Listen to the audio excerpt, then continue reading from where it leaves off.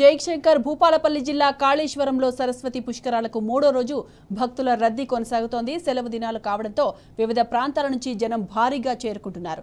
అయితే రాత్రి కురిసిన అకాల వర్షానికి సరస్వతి ఘాట్ వద్ద తాత్కాలికంగా ఏర్పాటు చేసిన రహదారులు బురదమయమయ్యాయి. కాళేశ్వరం నుంచి 6 కిలోమీటర్ల మేర రవాణా స్తంభించింది. 3 గంటల పాటు వాహనాలు ఎక్కడికక్కడ నిలిచిపోవడంతో భక్తులు తీవ్ర ఇబ్బందులు పడ్డారు. విషయం తెలుసుకున్న జిల్లా కలెక్టర్ రాహుల్ శర్మ, జిల్లా ఎస్పీ కిరణ్ ఖరే బైక్పై వెళ్లి పరిస్థితిని చక్కదిద్దారు.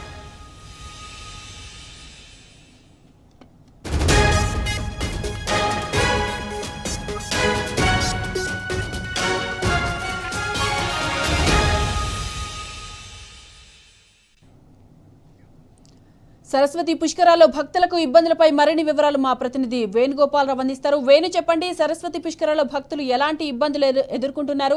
అక్కడ వసతులు ఎలా ఏర్పాటు చేశారు? అప్డేట్స్ ఏంటి?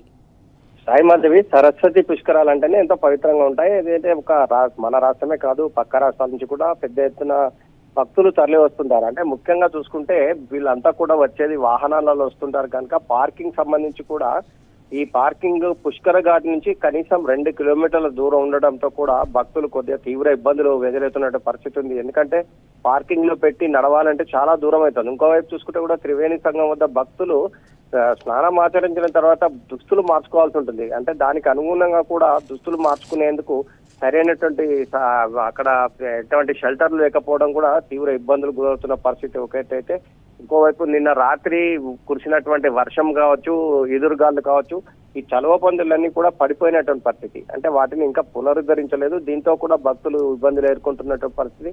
ఇంకోటి ఏంటంటే కాళేశ్వరం అంటే దేవాలయం నుంచి పుష్కర ఘాట్ వరకు నడవాల్సి ఉంటుంది. తాత్కాలికంగా వేసినటువంటి రోడ్లు ఏవైతున్నాయో కొన్ని రోడ్లు రాత్రి కురిసిన వర్షానికి బురదమయంగా మారినటువంటి పరిస్థితి ఒకటైతే, ఏదేమైనా కానీ మొత్తం మీద అయితే సరస్వతి పుష్కరాలకు సుదూర ప్రాంతాల నుంచి వచ్చినటువంటి భక్తులకు కొన్ని ఫెసిలిటీస్ అయితే లేక చాలా తీవ్ర ఇబ్బందులు పడుతున్నటువంటి పరిస్థితి.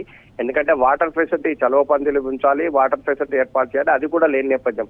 పుష్కర ఘాట్ నుంచి చాలా సుదూరంగా పార్కింగ్ సౌకర్యం, ఇవన్నీ నేపథ్యంలో కూడా కొద్దిగా భక్తులు అయితే తీవ్ర ఇబ్బందులు గురవుతున్న పరిస్థితి అయితే మనకు స్పష్టంగా కనిపిస్తోంది. Saibabu, right Venu, thanks for the updates. Right, Jayashankar Bhupalpally జిల్లా కాళేశ్వరంలో సరస్వతి పుష్కరాలకు మూడో రోజు భక్తుల రద్దీ కొనసాగుతున్న నేపథ్యంలో సెలవు దినం కావడంతో వివిధ ప్రాంతాల నుంచి భక్తులు భారీగా చేరుకుంటున్న అంశాన్ని మనం టాప్ 3 బ్రేకింగ్ గా చూసాం.